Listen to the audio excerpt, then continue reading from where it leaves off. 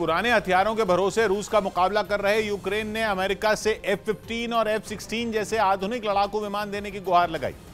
पश्चिमी मीडिया ने दावा किया कि इसके लिए जेलेंस्की ने रूस के पास आधुनिक और सबसे नए सुखोई फाइटर जेट होने की दलील दी, जिनकी मदद से गाइडेड मिसाइलें दागकर पुतिन की फौज यूक्रेन में तबाही मचा रही है। मतलब इनसे मिसाइल दागने के बाद पायलट को और कुछ नहीं करना होता और ये खुद ही टारगेट तक पहुंच जाती हैं। जबकि यूक्रेन सुखोई के जिन पुराने मॉडल के भरोसे युद्ध लड़ रहा है, उनके जरिए सिर्फ ऐसी मिसाइलें दागी जा सकती हैं जिन्हें टारगेट तक पहुंचाने के लिए विमान में मौजूद रडार से लगातार सिग्नल देने पड़ते हैं। ऐसे में विमान को उड़ा रहे पायलट के लिए पलटवार का खतरा बढ़ जाता है, जिसकी शिकायत कई बार उसके पायलट कर भी चुके हैं।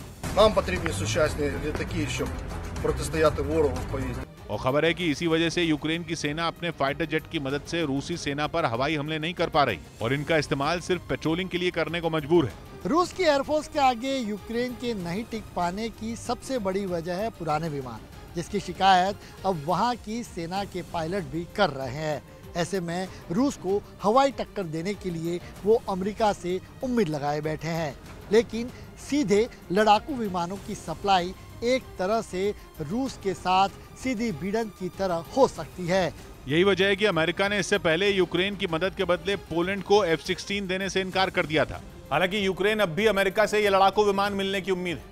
हालांकि अमेरिका की ओर से F-15 और F-16 जैसे आधुनिक लड़ाकू विमान मिलने पर भी उसके लिए आगे की राह आसान नहीं रहने वाली, क्योंकि इन फाइटर जेट को उड़ाने के लिए यूक्रेन के पायलटों को कड़ी ट्रेनिंग की जरूरत पड़ेगी, जिसके लिए जंग के बीच वक्त निकालना मुश्किल होगा।